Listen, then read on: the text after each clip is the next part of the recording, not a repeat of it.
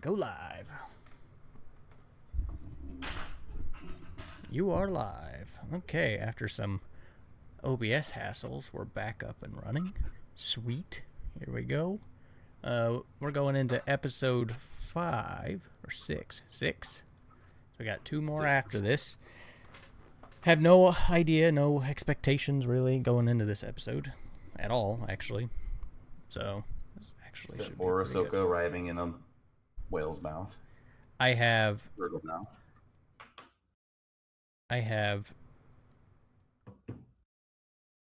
few hopes or wants, and that is I don't want to spend too much time dealing with stupid New Republic nonsense. I'm hoping that's why they showed them seeing the whales, so we could just ignore that whole, oh, well, you gotta prove what you're saying is true. No, let's just fucking ignore that. Let's keep pace where we're going, keep the story moving, don't fucking sidetrack with some stupid New Republic, show how stupid they are type of stuff. That's my only hope for this episode.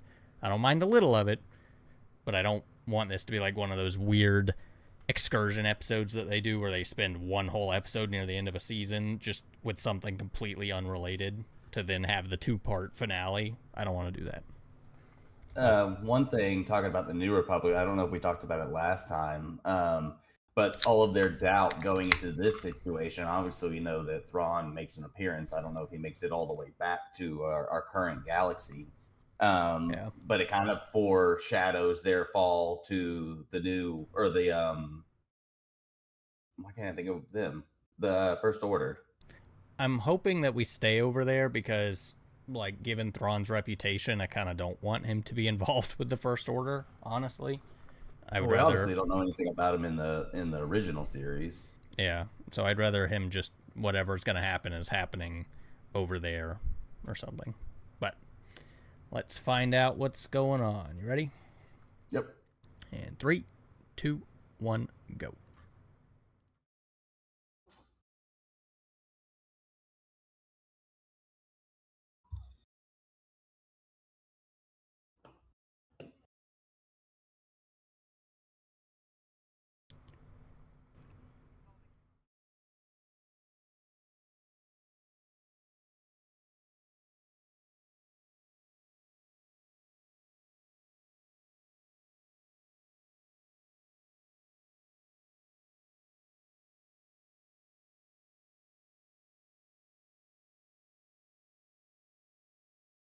And I was thinking about it. I'm actually really looking forward to the Star Wars Outlaws game.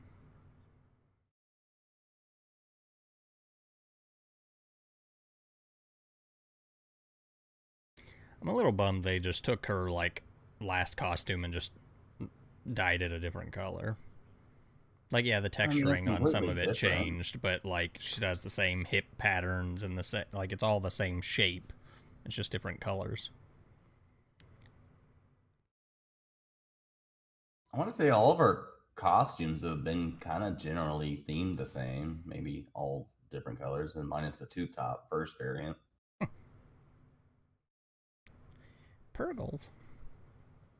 They should put a Purgle head in this opening, like just a big bulbous face. Open with an eye. Love the eyes. You couldn't see its eye from the front. It would just look like a frog.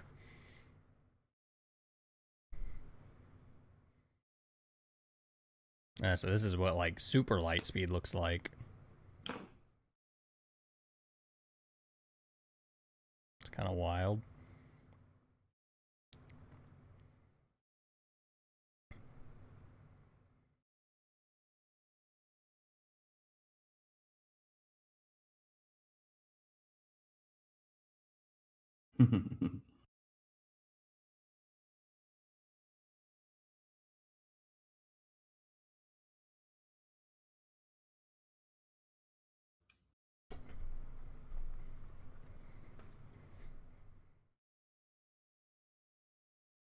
What's that?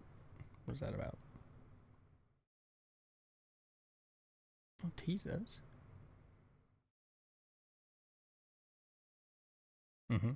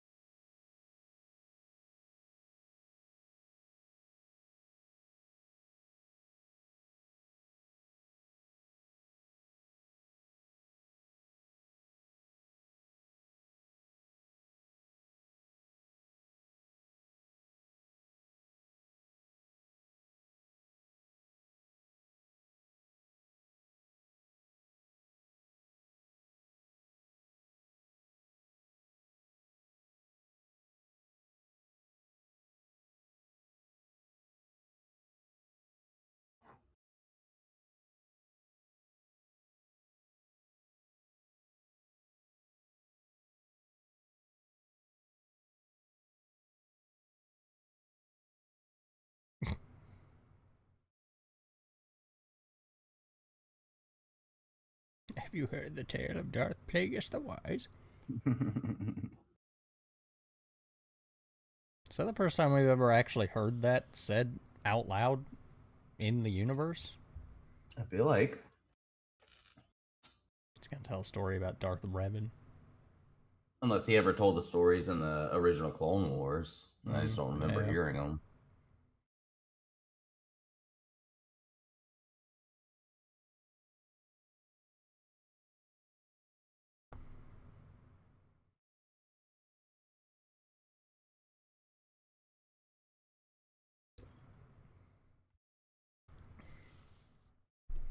A nice free look at the jumpsuit for all the cosplay people out there.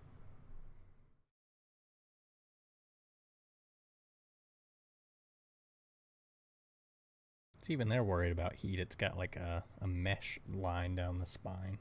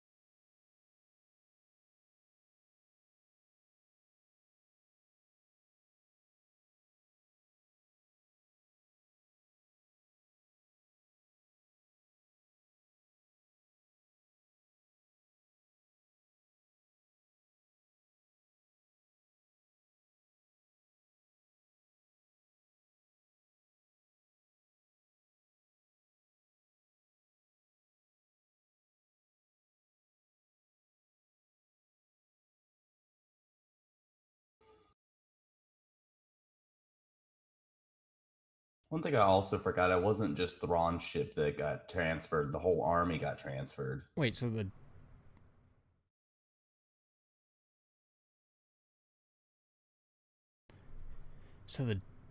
Dathomir come from another world?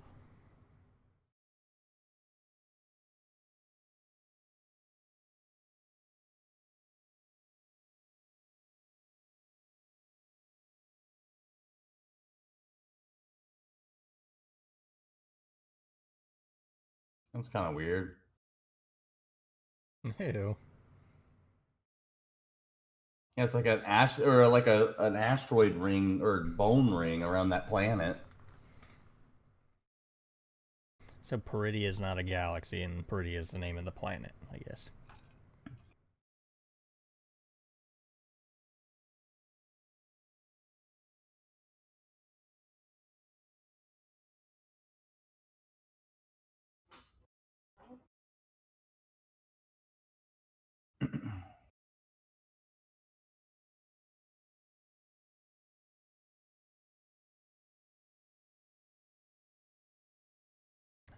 A little Dorito.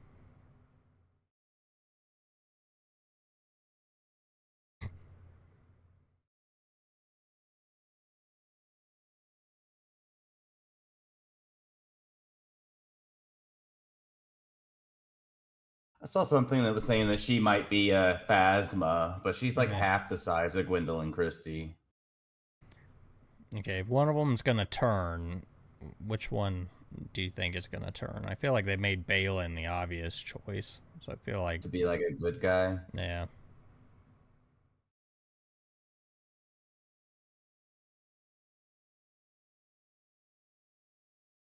Oh, like one of those old Jedi statues.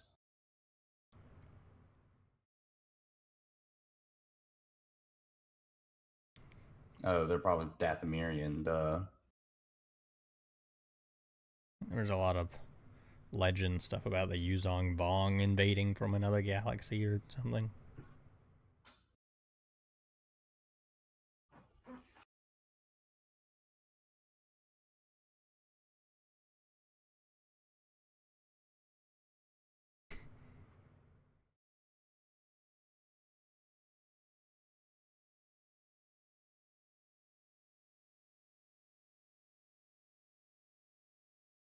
I feel like that's probably the worst looking CGI we've seen in the whole show.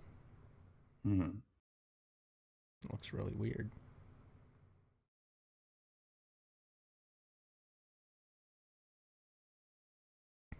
Just walks over and gets murdered.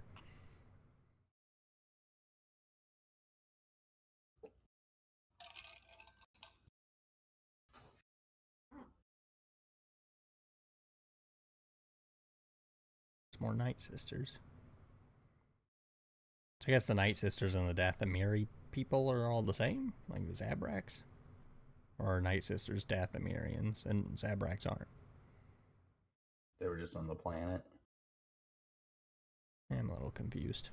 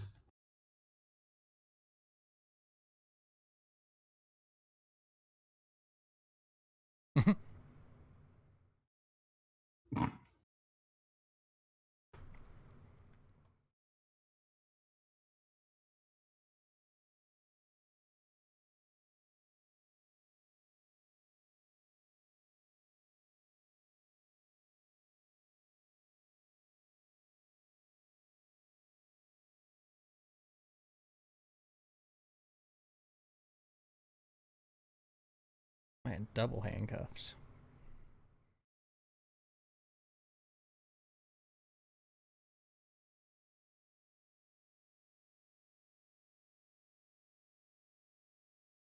You know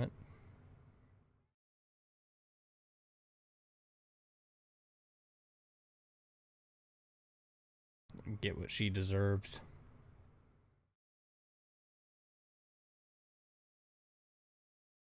The one thing that I saw was that Ezra's gonna fight with like force martial arts. Wait, what? One of the like supposed leaks that I saw was that Ezra will fight with like force martial arts.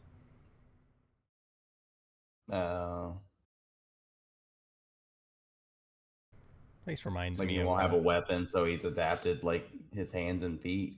yeah, I guess.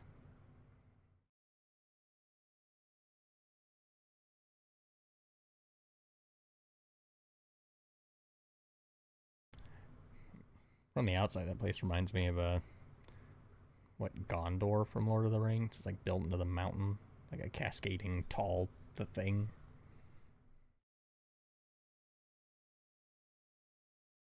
Looks more like one of Sauron's towers or something.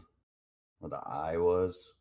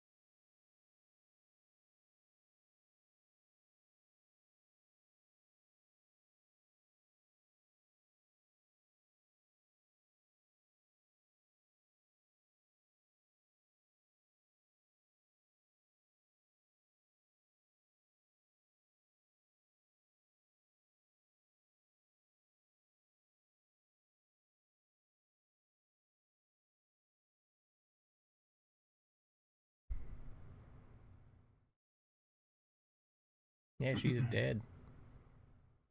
She doesn't seem real tore up about it, to be honest.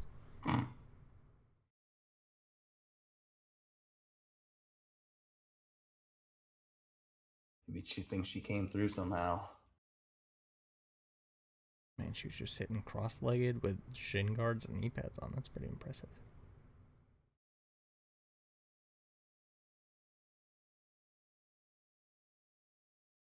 Should work on your handcuffs first. Yeah, they look like her hands would just like swoop. Not to mention, they said reeks of Jedi, and they wouldn't like put her somewhere where she wouldn't be able just to open a door.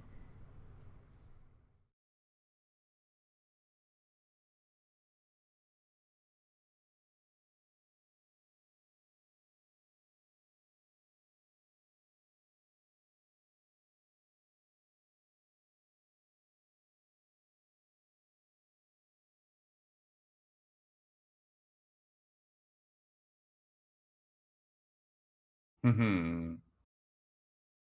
It's pretty cool. Oh, cool. It's been repaired with gold.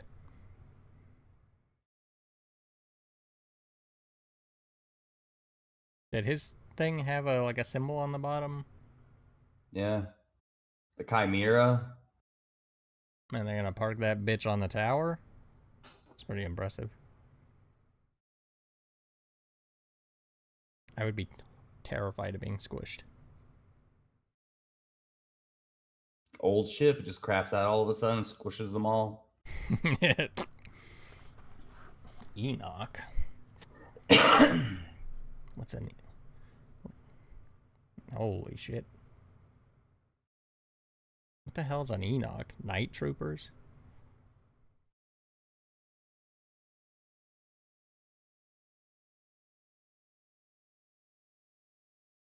I wonder if that's somebody I don't know. It's kind of crazy.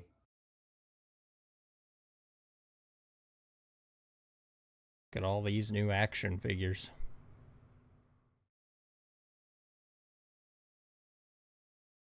Oh, they're all like taped together.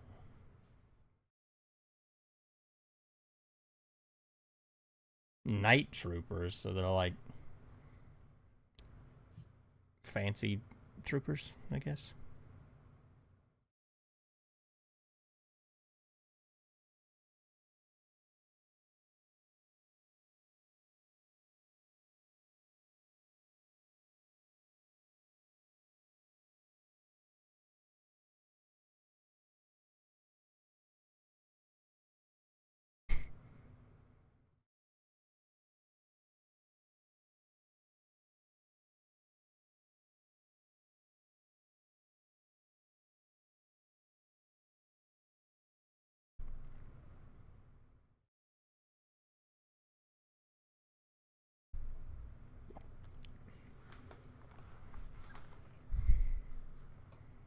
God, he looks like a fucking goofball.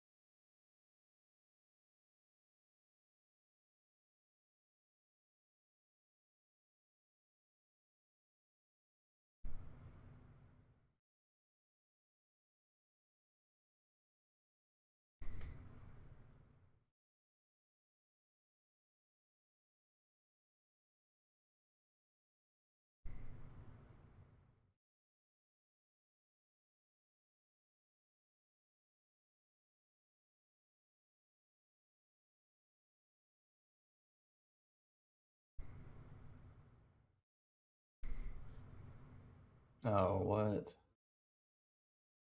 Oh.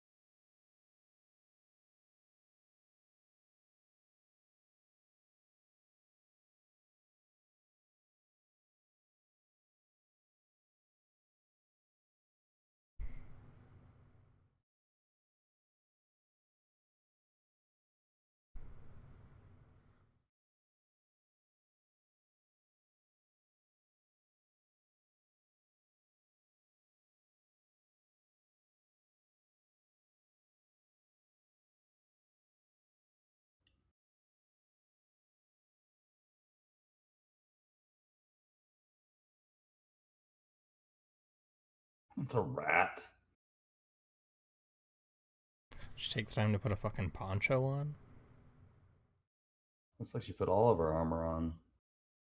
Oh, yeah.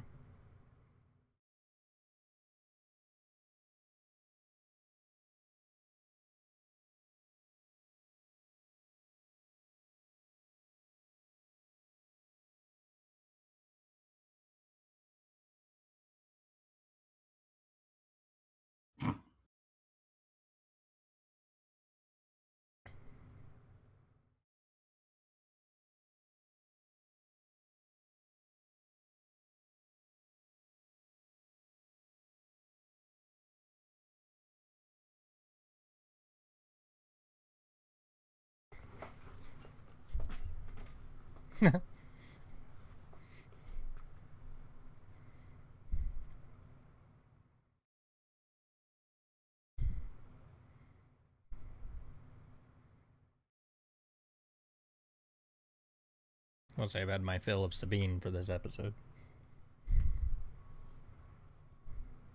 I want to know who the face trooper is. He's Enoch. Duh. I'm sure he's nobody, too.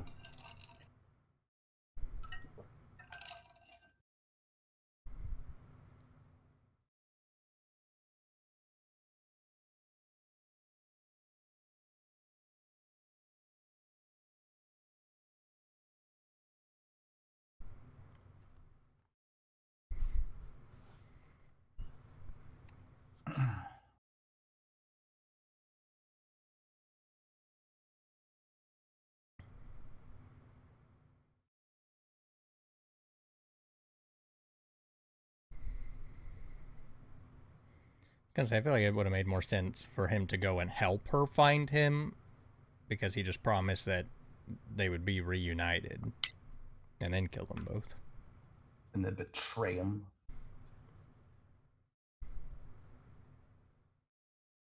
Sure would be nice if you had your helmet, though. That'd be good.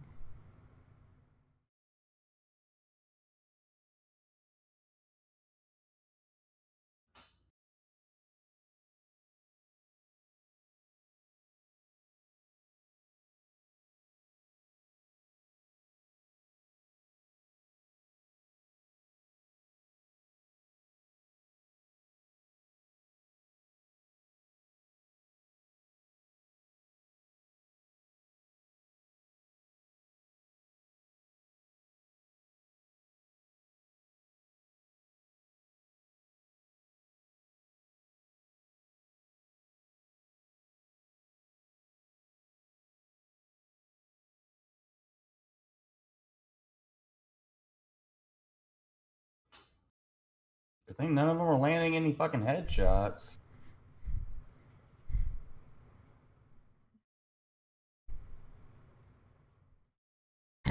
Tonk. Oh, that's cool.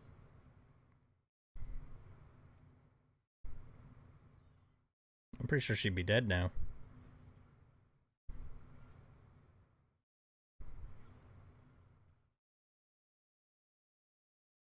Still got that lightsaber.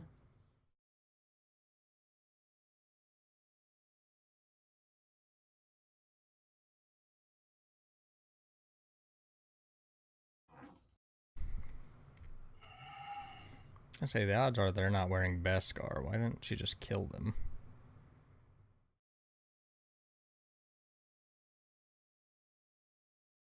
Every galaxy's got galaxy. Every galaxy has Tusken Raiders, I guess.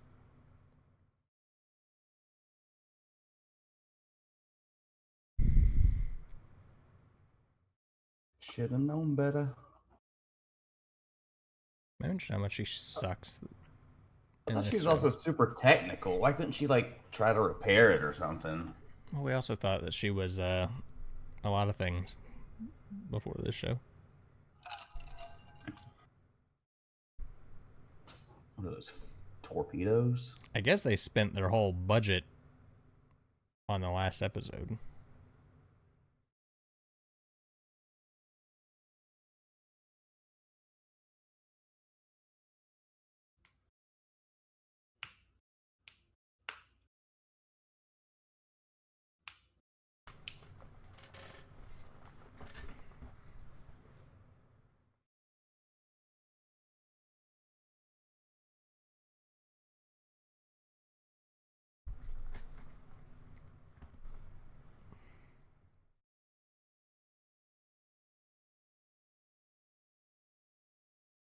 Damn. That's just rude. I think at this point he's just wanting to get out of there no matter what. That horse thing following her. Oh, give me a break.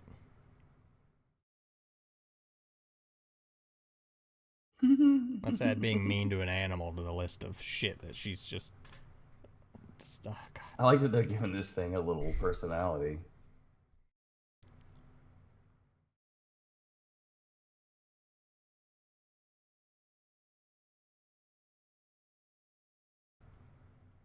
Not to mention, given her circumstances, who the fuck cares? You need to move. You've got a very limited amount of time. And all of her supplies are on him.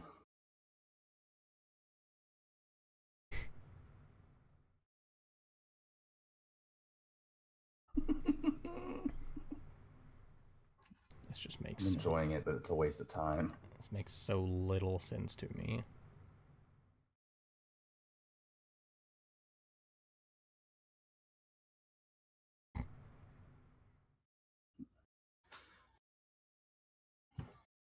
There's your next rideable figure, too. Ew,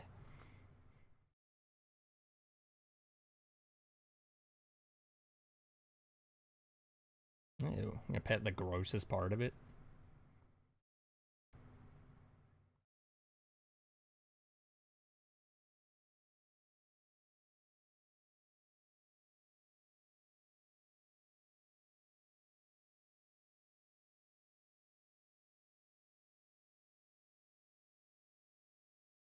You got something. He needs to smell something to track something.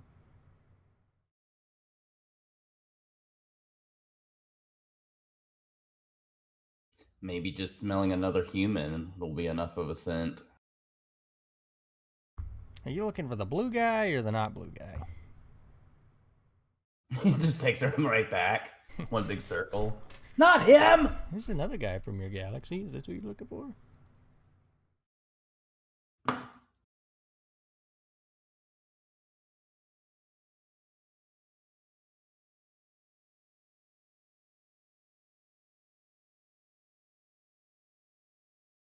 I hope we get the long-haired, bearded Ezra.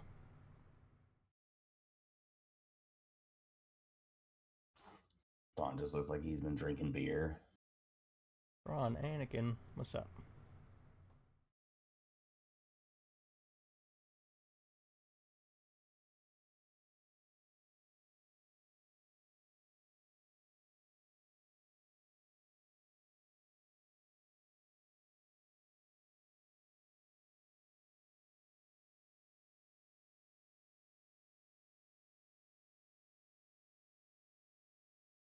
Or is it a special rock?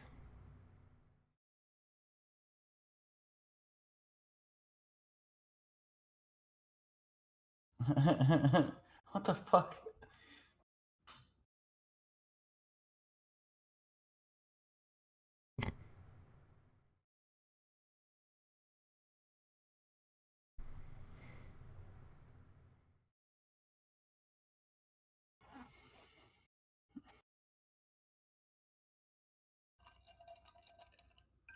Did you not put it in your holster?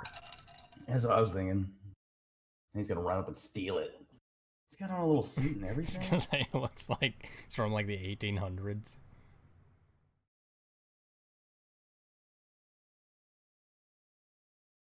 Little naughty.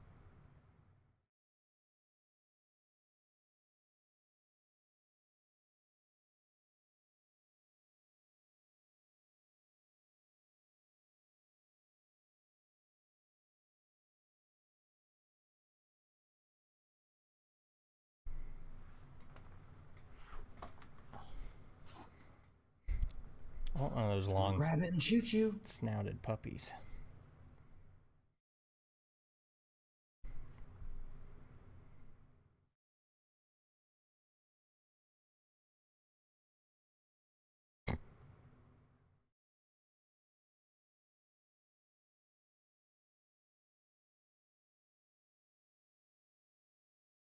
Sure, it's a good thing she had one shoulder uncovered with that poncho.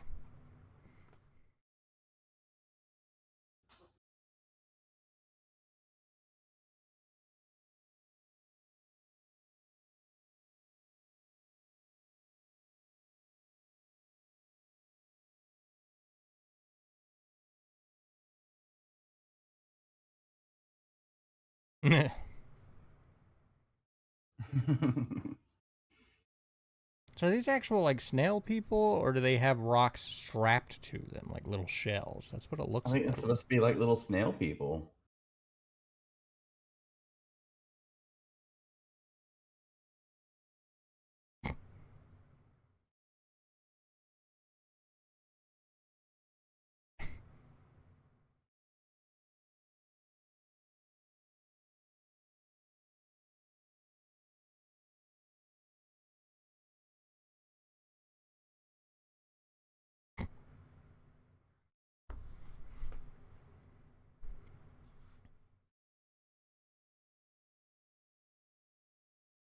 Point at your eyes. They don't understand English.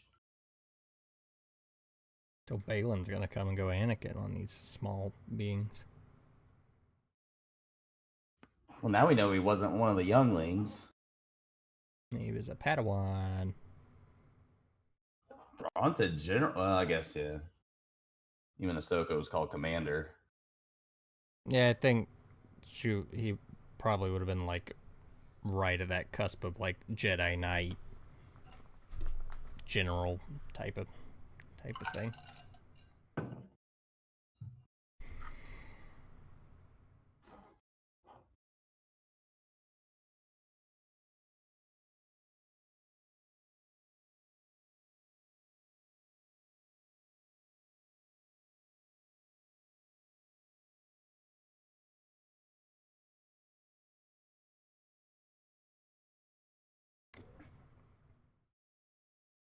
They have a term. Spoken.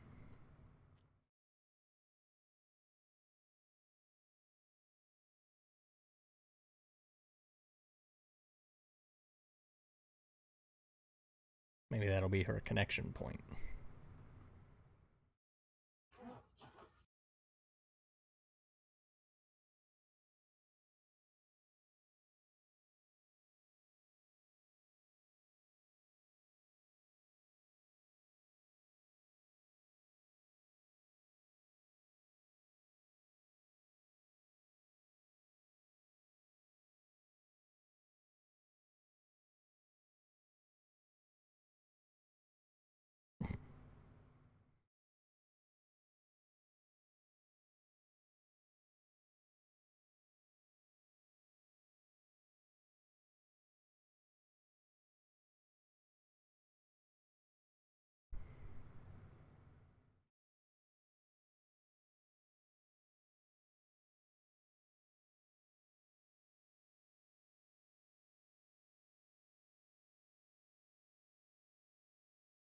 See, these cracks are starting to form with their relationship.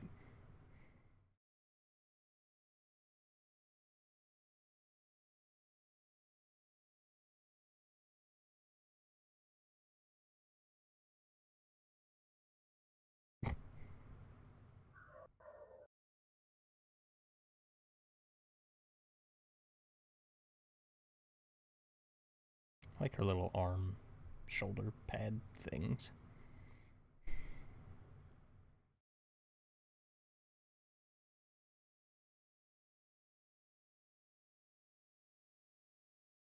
I assume we're probably not getting Ezra till next episode. Or, like, right at the end of this episode.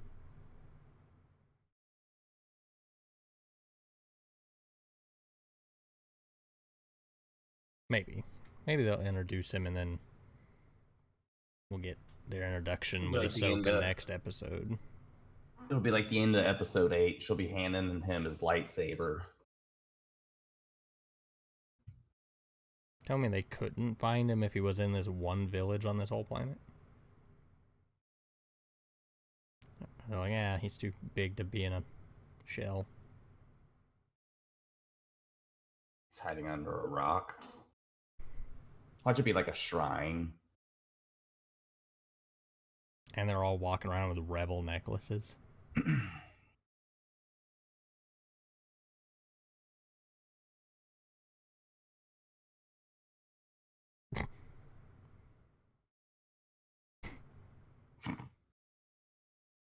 Star Wars and their baby aliens. It's funny that they all look like little Englishmen from like the 1800s. They're all like gonna deliver some mail. Now that we know that they have homes, those shells would be extremely noxious.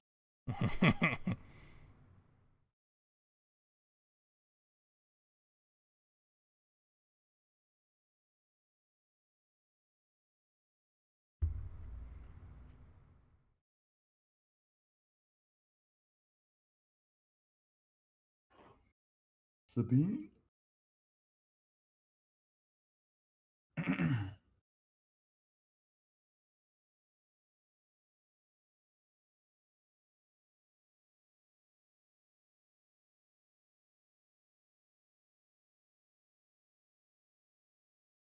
Hey, bearded Ezra.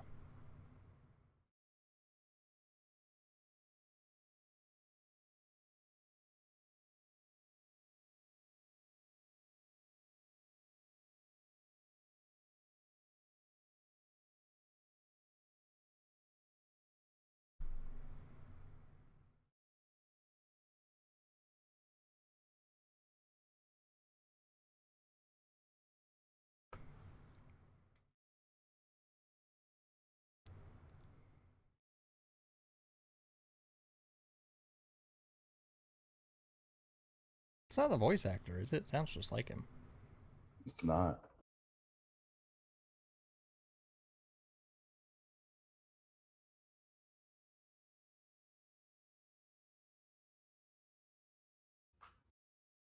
Yeah, some other Jedi with a green lightsaber showed up, took all the thunder.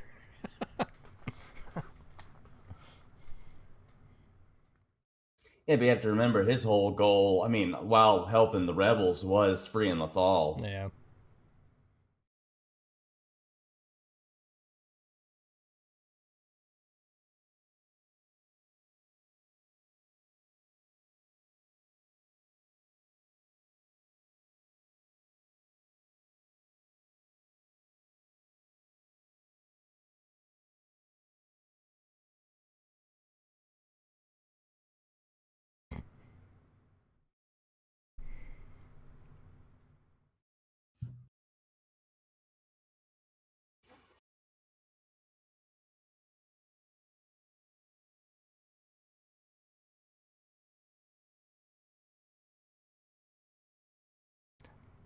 By the way, I killed Ahsoka to do it.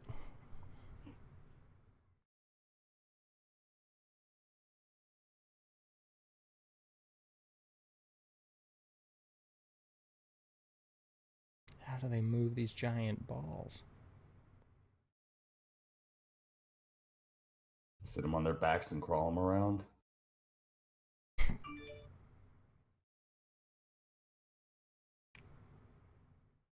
Yeah, about that. About that. Instead, let's help these snails pack up camp. Oh, they said 3 rotations. It looks like it's only been a couple hours. Hasn't even been 1 rotation yet.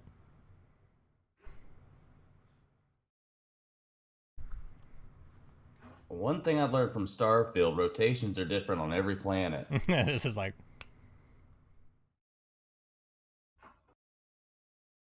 You go to Venus in 6 rotations, it's like 600 like normal Earth rotations.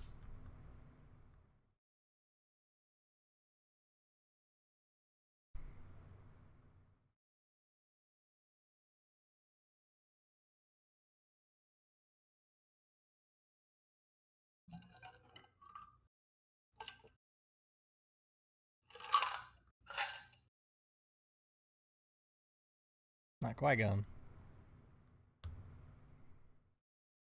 Ooh, deception.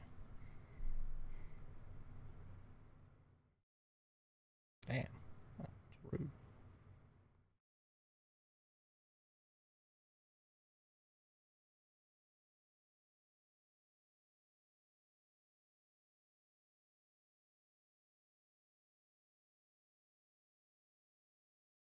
Ooh.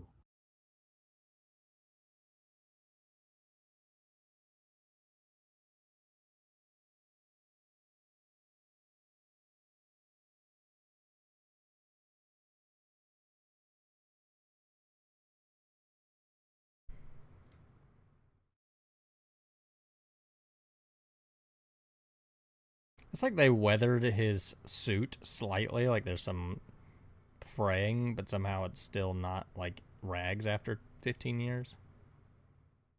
That had only been 10. I don't know. Well, that was an episode. And maybe he had like 20 of these and he just slowly wore each one down and he's only like so through wearing this one down. This is definitely a, I feel like a set the pieces for a 2-part finale. And Ahsoka's going to get here in the next episode. But, I mean, short of, I guess, starting to see maybe some fractures in Balin and Shin's relationship, I don't feel like. I mean, Well, now it almost seems like she's kind of going like the good side. Like she's like, "Do you miss it?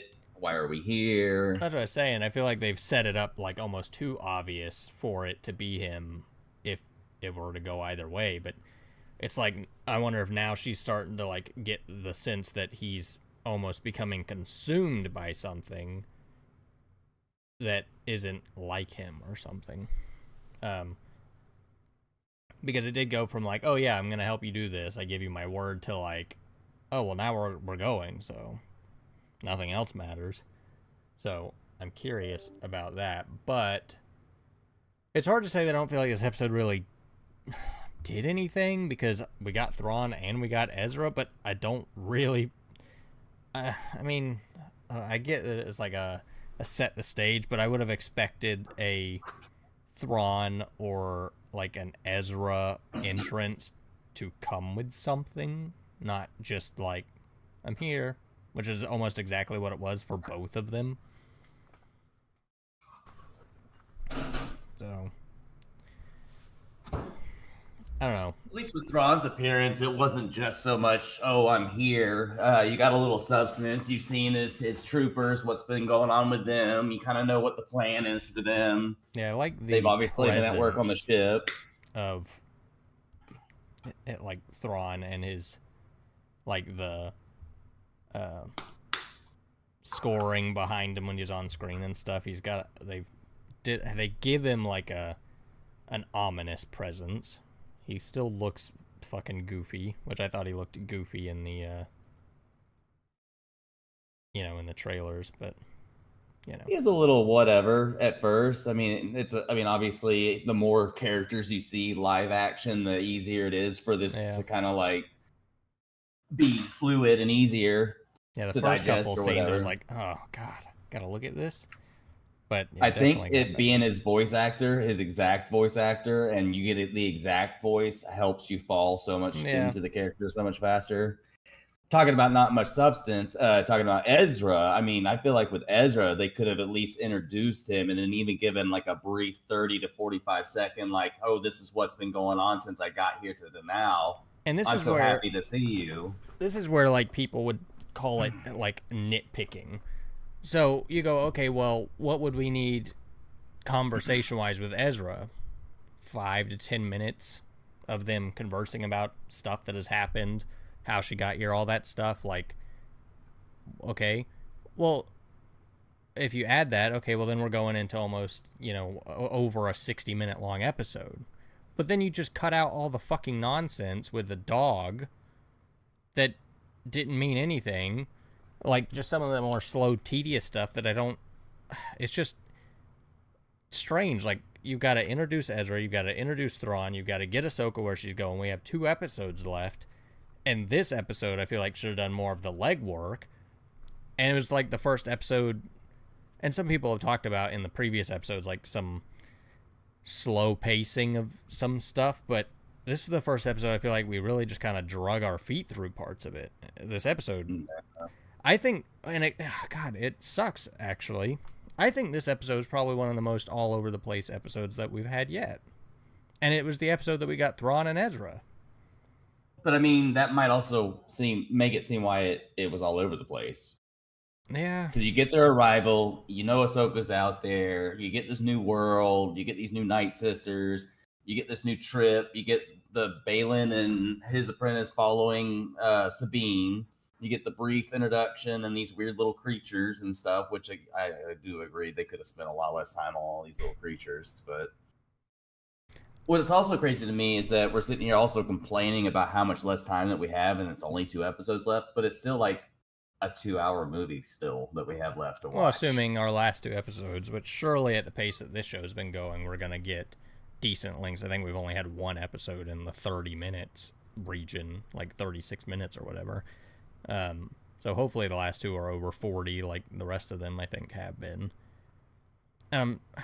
Like, I'm trying to think why, like, I mean, I think the big thing about why I guess feel the way that I feel about this episode is because, like, the build up to Ezra has been massive through, like, all of Rebels, the ending of Rebels, them going out to find him at the end of Rebels, him coming, like, Thrawn coming back up in Mando season 2, so you're sitting with it for like 2-3 years about like, oh, okay, and then he literally is just on screen and like nothing at all happens.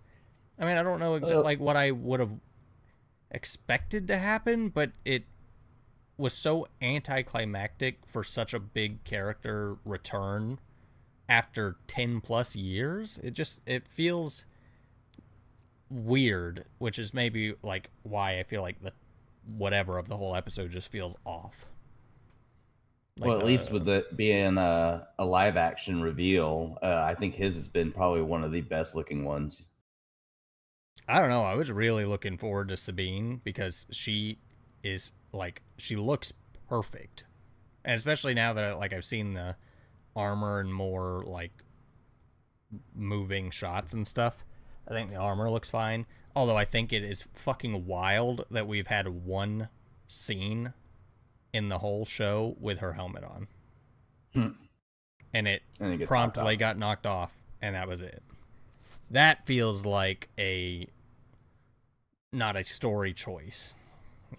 Sabine looks good, but we also got a lot of pre-show Sabine pictures and stuff. We've gotten, I think, that 1 hologram still of the actor that was going to be playing Ezra, and then we got the obviously the actor's image of what he looks like in real life, and I was like, man, I don't know. But then you see him, and he looks perfect. He sounds perfect. I mean, you even made the comment. Yeah, the way it's a different person. Inflections and stuff, it's like, it sounds exactly like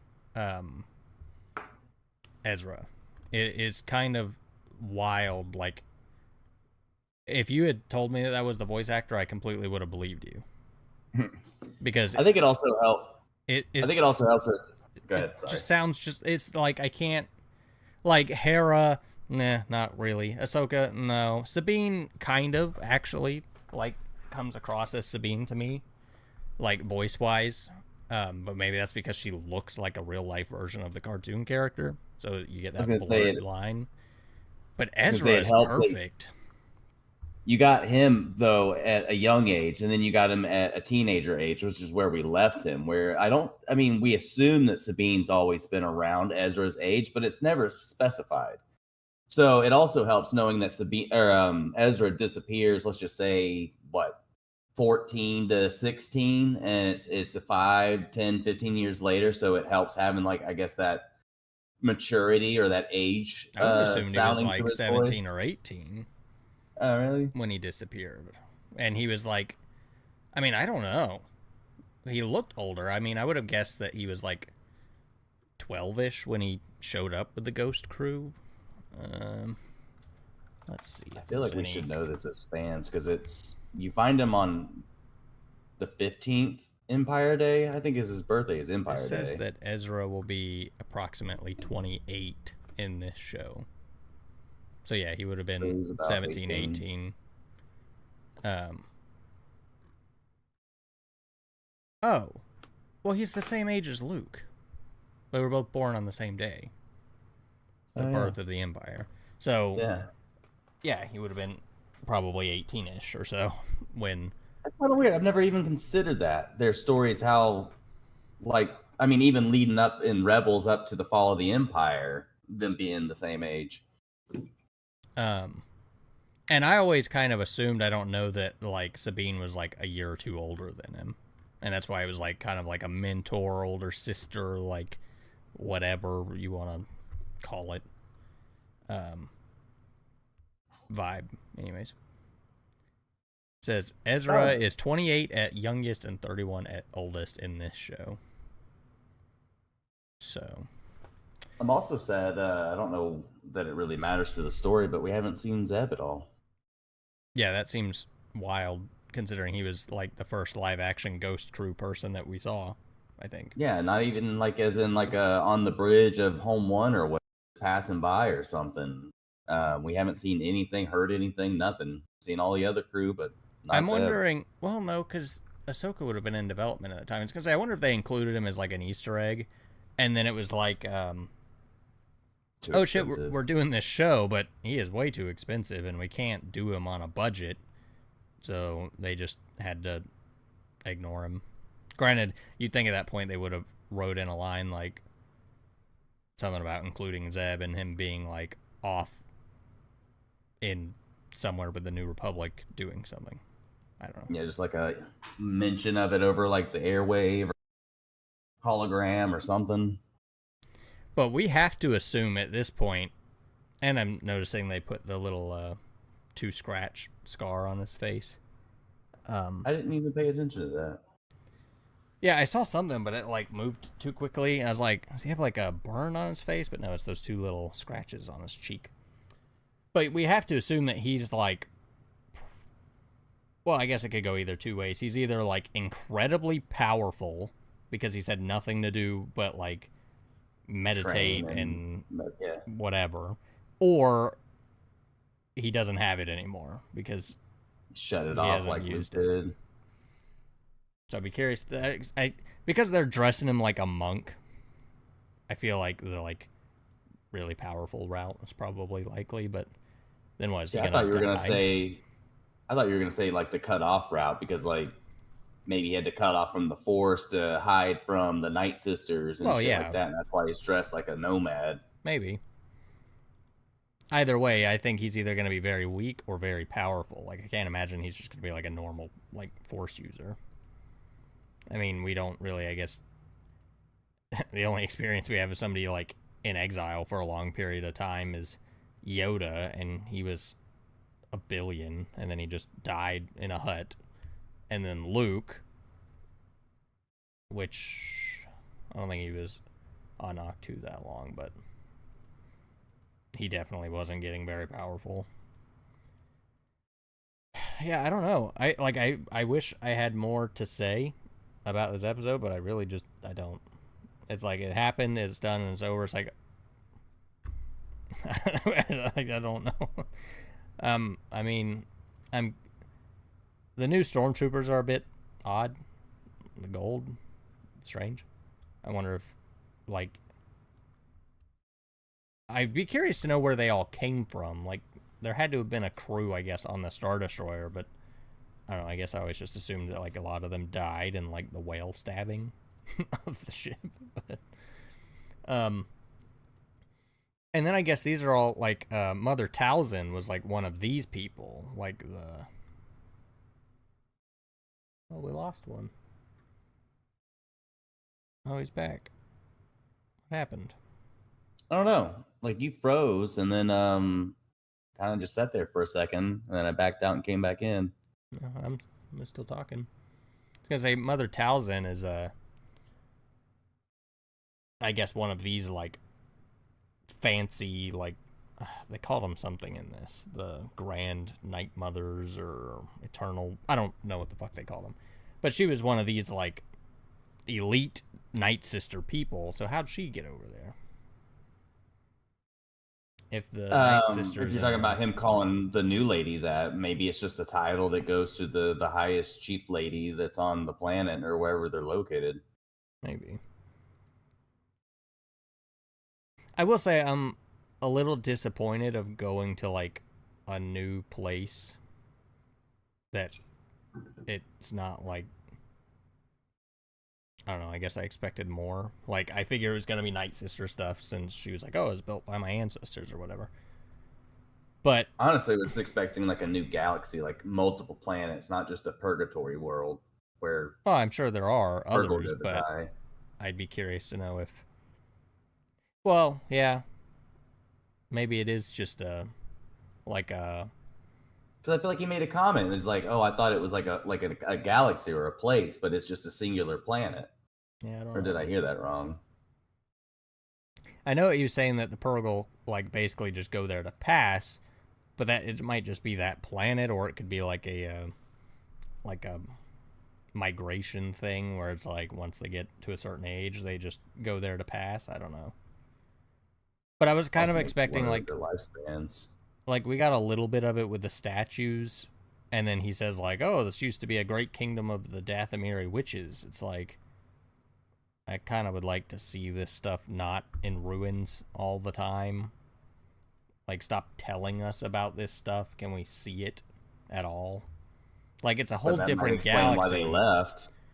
Yeah, I guess. I just feel like it's a shame to take us to a disconnected galaxy that's hard to get to and whatever, where you could have done like something wild and ridiculous, and you gave us a barren wasteland planet. Like, that's kind of lame. And then maybe it would have made more budget and stuff. Would have made more sense as to why Thrawn has survived all this time if it was like a populated world, I guess, and he's just made allies of the Night Sisters. I don't know. I was also expecting more ships because, like I was saying at the beginning of the episode, when Ezra had the Purgle transfer them all, I mean, he took the whole fleet. Maybe not the big dome thing that was on Lothal, but I mean, he took the whole fleet. So I don't know if everything got destroyed on the way, and that the big ass Chimera was the only thing that survived that. I mean, he made mention that over the years their numbers have dwindled. To what? I don't know. Maybe deaths from the planet or just there's bandits. Like, give me a break. Age. They're stormtroopers. They suck. They can't do anything. They're gold stormtroopers now. I don't know. I'm a bit underwhelmed actually with the, especially following like such a spectacle high from the previous episode. For this to have done what it did, I'm a little disappointed.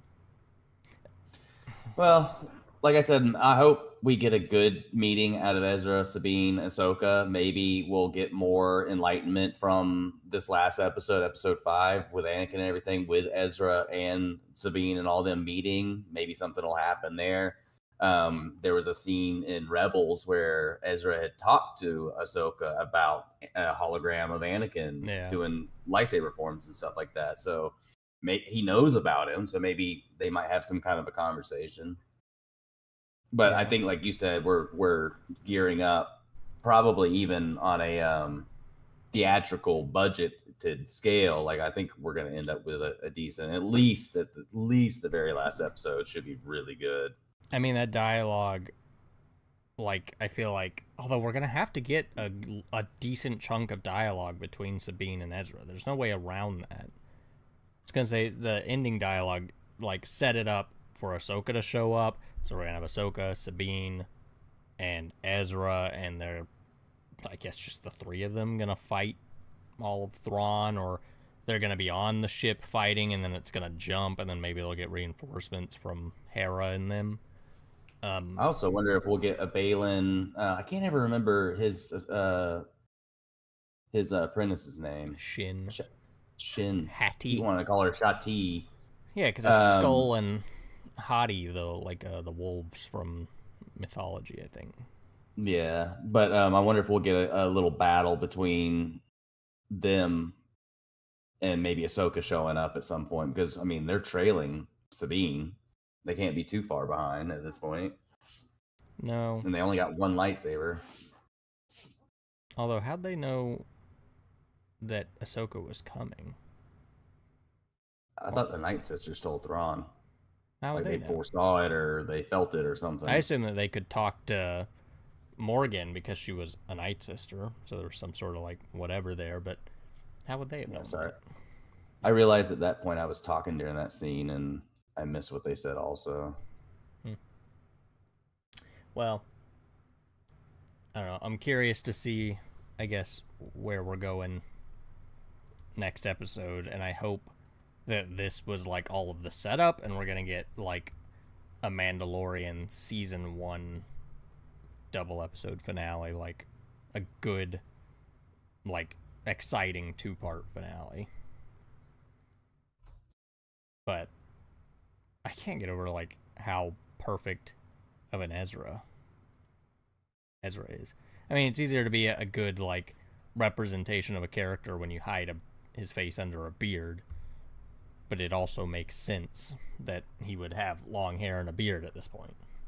I will say I wanted more of the like Keanu Reeves like look, like you see that rendering of him. I don't remember if it was like a vision or what, but like a Rebels Ezra with like the longer beard and the long black hair, like John Wick. Yeah. Versus I think the, they like, did the hair right, hair. but the beard would have. Well, I mean, he had curly hair, I think, in the show. Yeah, but yeah, it says he's walking up and Thrawn goes, "Great mothers, you wanted to speak to me," and they go, the threads of fate have spoken to us. Another comes. Yeah. Okay. And then a Jedi. They ride the travelers. Well, that is unwelcome news. I will say I hate when shows do stuff like this.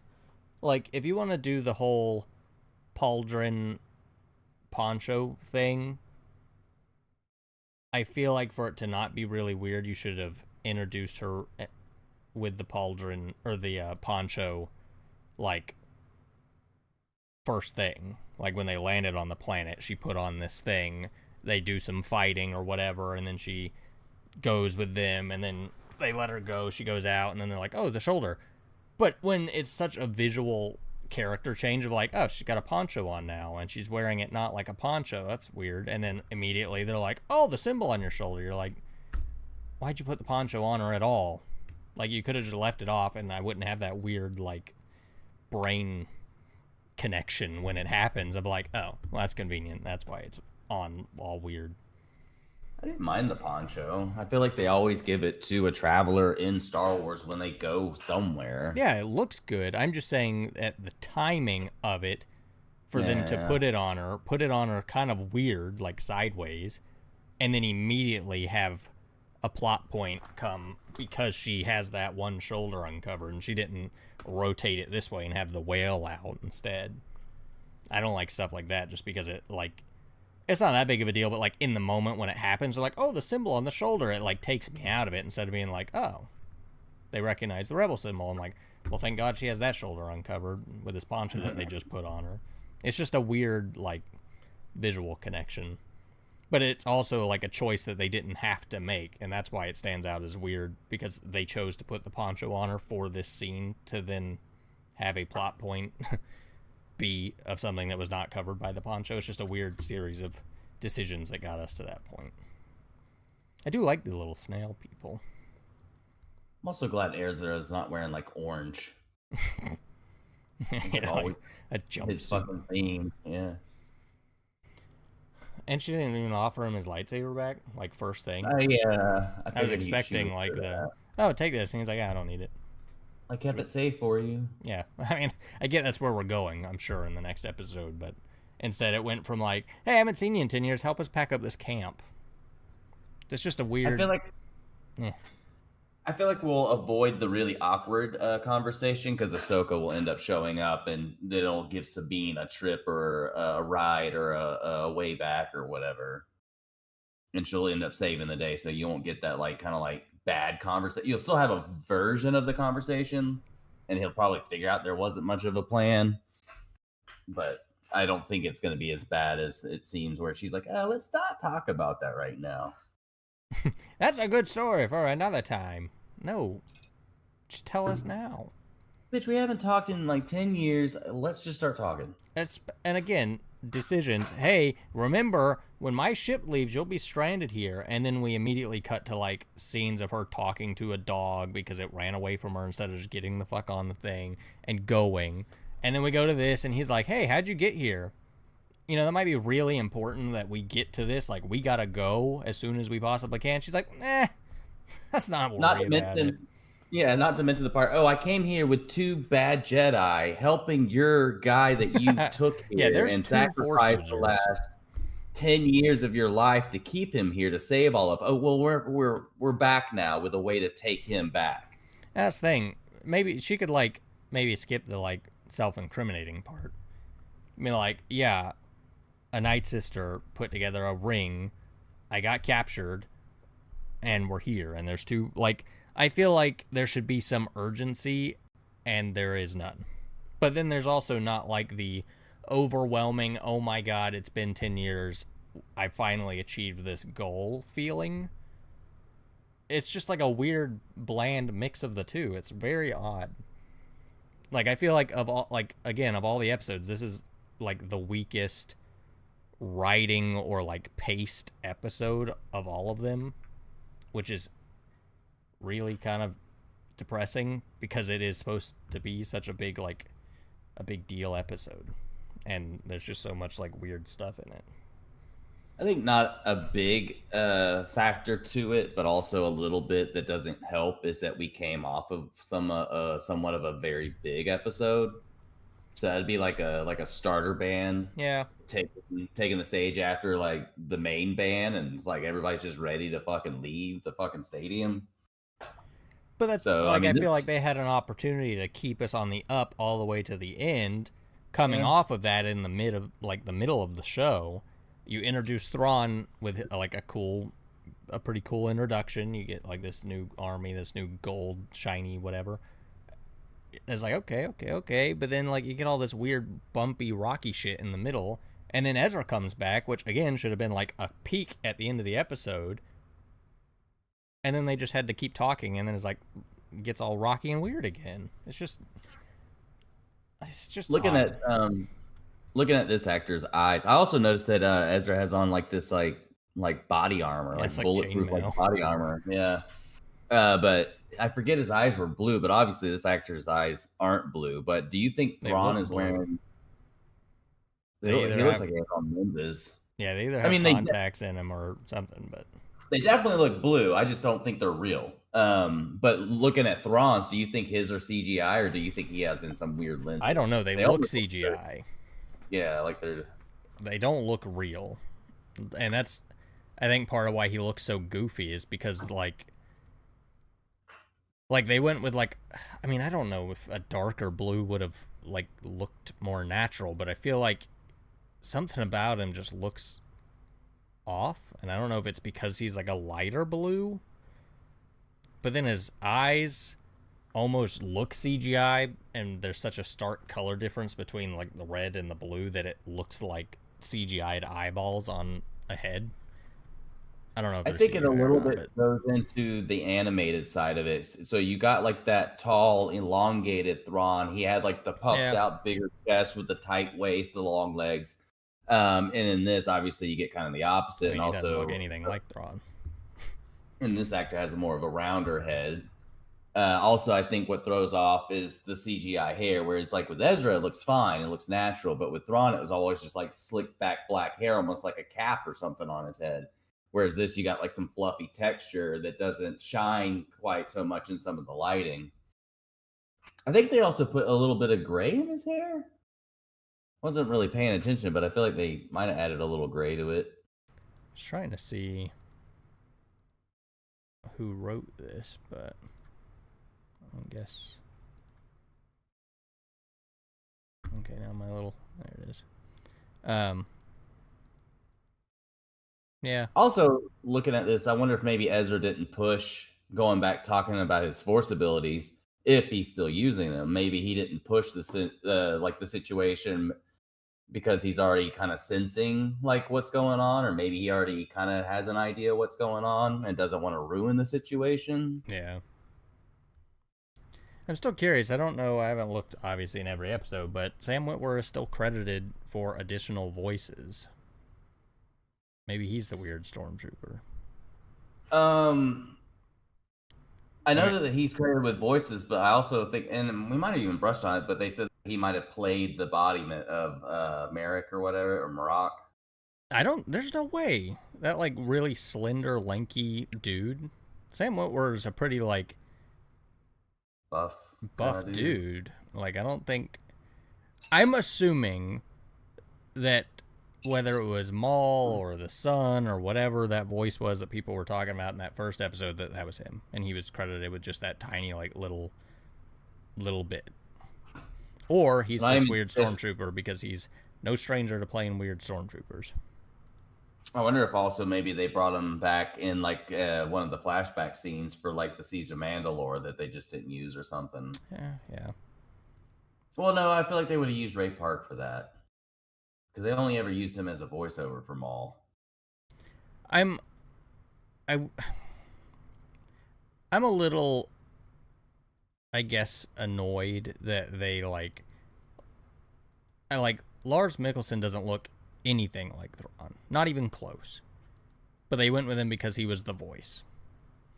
But then Ashley Eckstein was never like whatever because she doesn't look the part, I guess, or I don't really know why. So I don't know. I still I take that more personally than I should, but it like really annoys me that she has not been more a part of the experience, given that she's the one who did all of the like legwork and took all of the harassment and the bullying and whatever negative stuff came along with being a fucking miserable character for, a few years, and then doing the legwork to get her to being one of the most liked characters to warrant this show in the first place.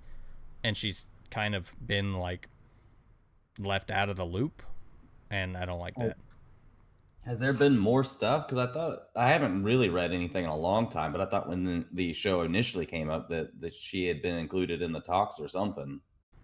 I don't know. I've tried like looking it up. I can't really ever find the specifics. I think she said that she had been on set of Ahsoka, and she's obviously like given her blessing and stuff, but what other choice does she have if that's just the way things went?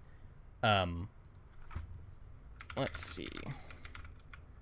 I saw someone saying, I might not be your show Ahsoka, but I try to be your real life Ahsoka or something like that. The embodiment of Ahsoka. This says Ashley Eckstein was never even asked to do the live action version, even when she had hoped to. This is what she said on Instagram. She said, "The truth is, I'm not involved in The Mandalorian. I can't answer questions that I have not been a part of. I'm an actress, and I performed in all types of mediums, live action, film, television, voice acting. And it has been my dream for over 14 years to continue to play Ahsoka in all forms. I will continue to be grateful for opportunities to help create stories for Ahsoka Tano, and I'm always happy to see her legacy continued. I'm only one member of a tremendously talented team of people it takes to bring her to life. The final decisions for Ahsoka are not mine to make, and I can't comment on something that I truly know nothing about."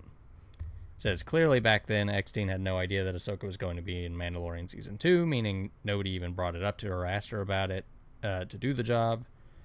Um, It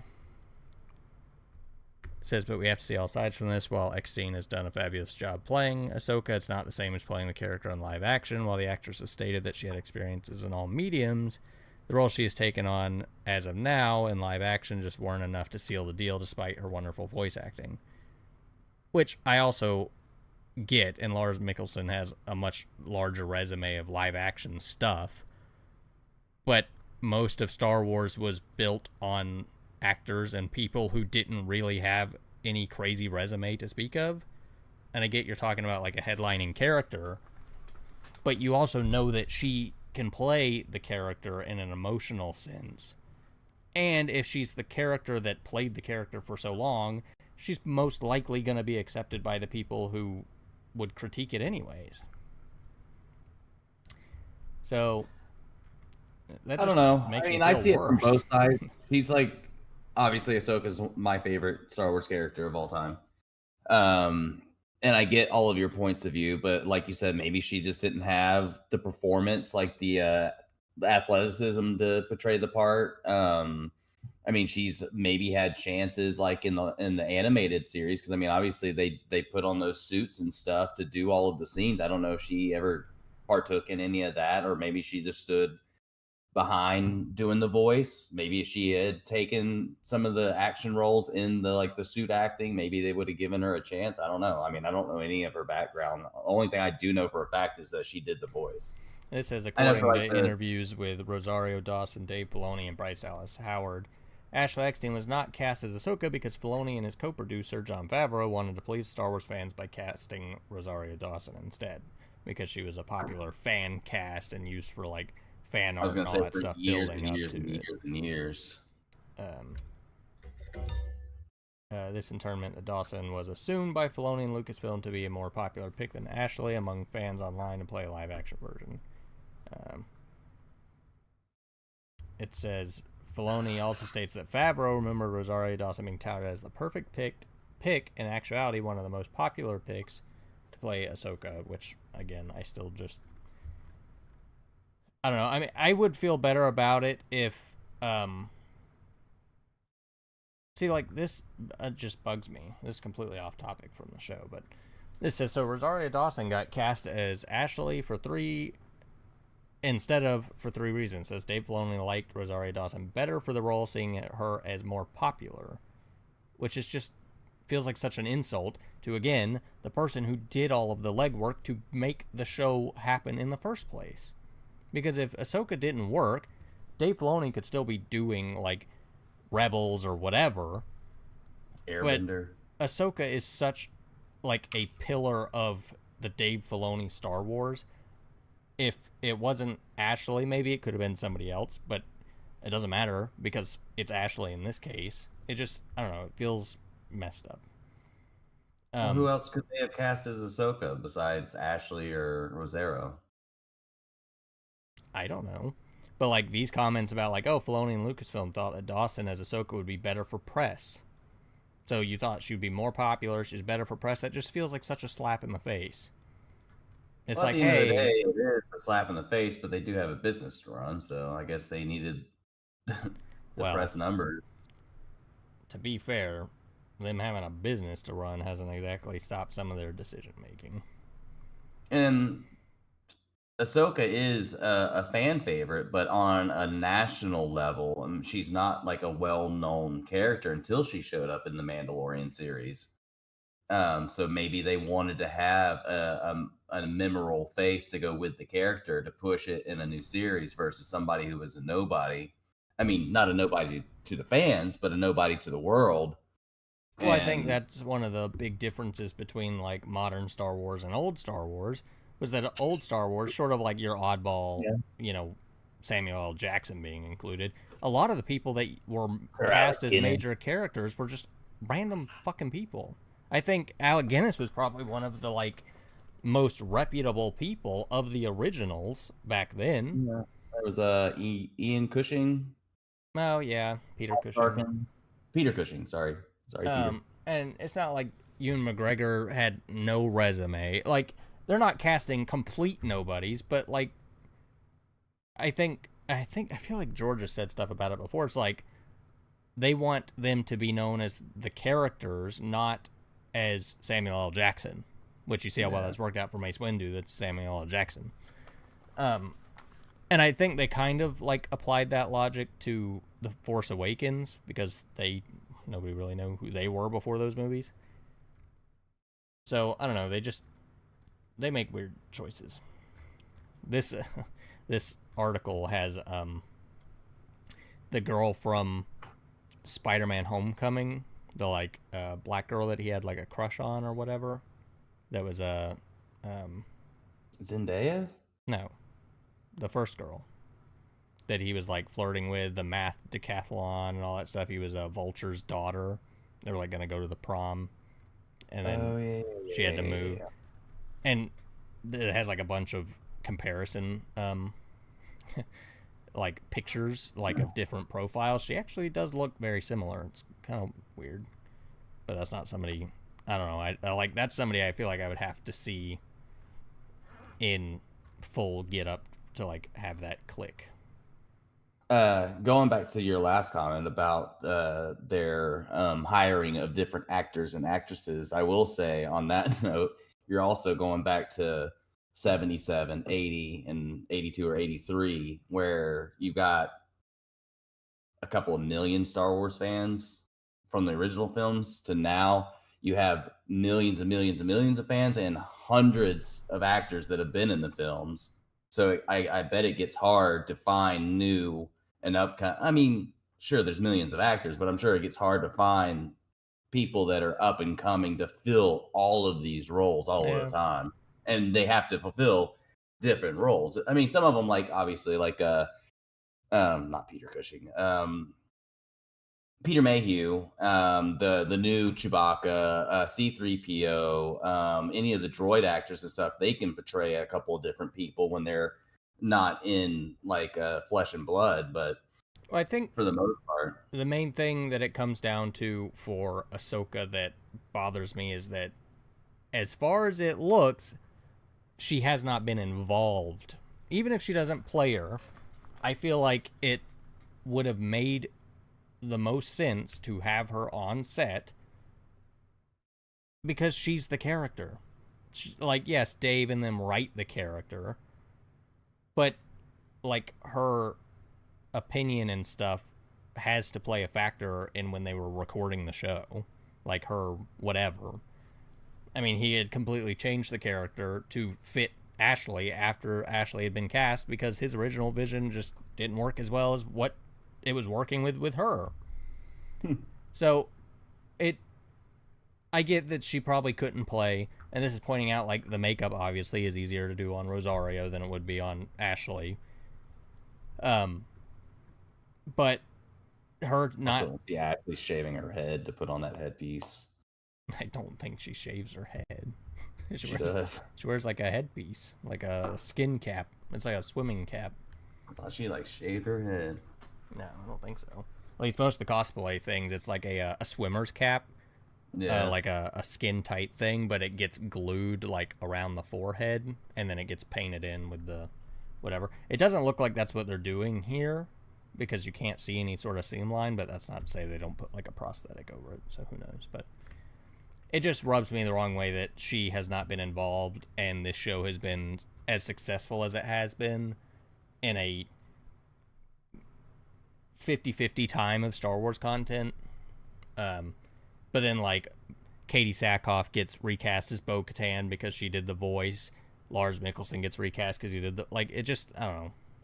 They are just do weird stuff. I don't like it.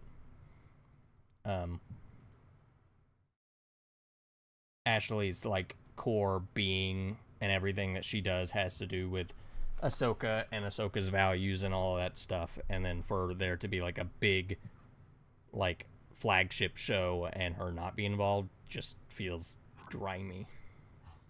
well, it's a huge stretch, but maybe we still have 2 episodes and we had this like into the force kind of like hindsight, like let's look at stuff, and then we've had Tales of the Jedi episode, maybe there might be a end scene where Ahsoka tries to seek out her family, and we might get a Ashley mom as mom Ahsoka or whatever, Yeah, or a relative Ahsoka or something. and that's a perfect like comparison is to The Last of Us. Like, I don't remember his name, but the dude who played Joel doesn't look like Joel. He sounds like Joel, obviously, it's his voice. But he doesn't look like Joel. He couldn't play that role. It would have been weird. So they cast Pedro, but the dude who plays Joel was involved with, like, every aspect of everything, with, like, the podcast, the interviews. He played a character in the show, like, opposite of Pedro. A couple of the voice actors played the characters. Yeah, they brought... They're different characters.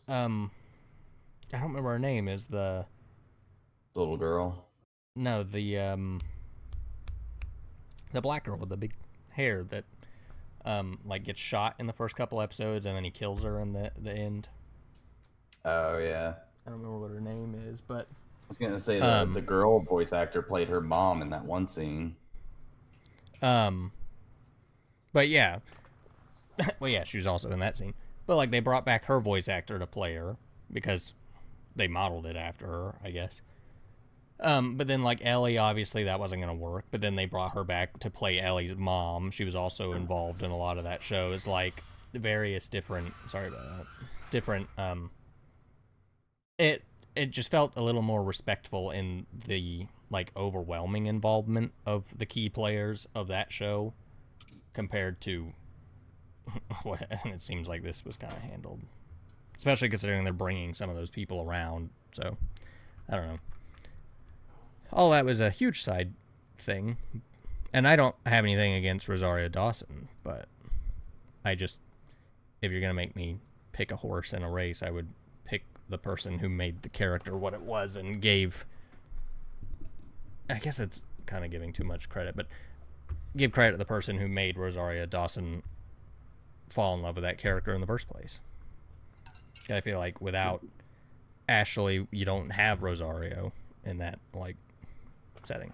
So, it is what it is. In a way, without Dave, you wouldn't have Ahsoka. And at the end of the day, it was his decision. I will say that I didn't really care for her. I was one of the camp that wanted her cast. I wouldn't say I signed any of the petitions or anything like that.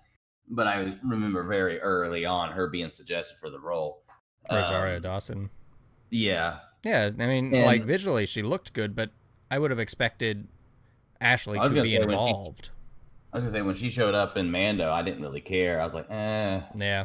But she's way better. Yeah. Like, their changes to all of it in this show has been, like, so much better. Like, a ridiculous amount better. Like, visually, I am fine with this being Ahsoka at this point, whereas, like, in Mandalorian, it's like, that's a hard pill to swallow.